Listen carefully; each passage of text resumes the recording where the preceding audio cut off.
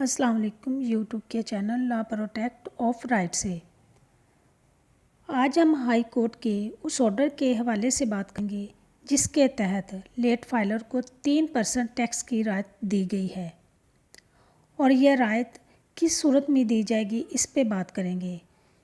Late filer کا concept finance act 2024 میں introduce کروایا گیا۔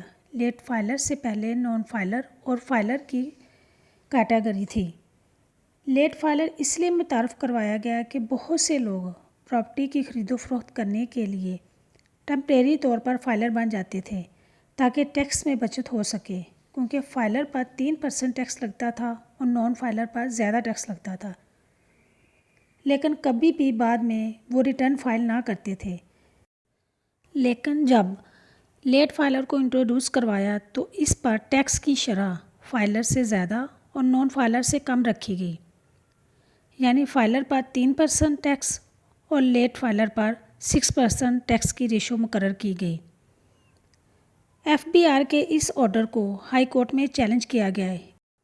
اس حوالے سے ہائی کورٹ کا ایک آرڈر 24 ستمبر 2024 کو ایشو ہوا۔ ہائی کورٹ میں جو پٹیشن دائر ہوئی اس کا نمبر 54097 ہے۔ اس آرڈر میں واضح کہا گیا ہے کہ لیٹ فائلر کا کنسیپٹ بیک ڈیٹڈ پر اپلائی نہیں ہوگا۔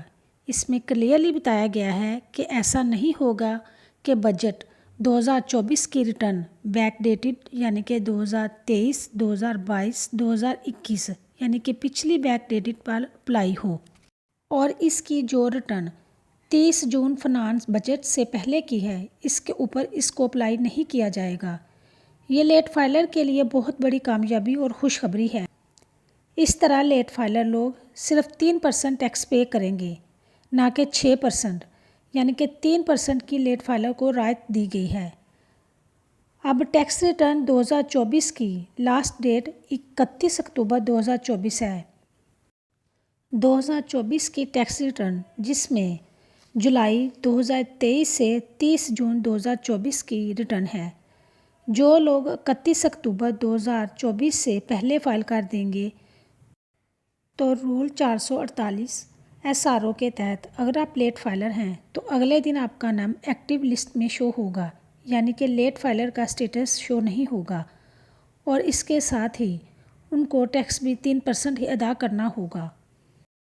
اگلے دن سے مراد یہ ہے کہ جو ڈیڈ لائن FBR نے ریٹرن فائل کرنے کی مقرر کی ہے اس کے بعد، یعنی کہ 31 اکتوبر کے بعد یہ لا کب امپلیمنٹ ہوگا۔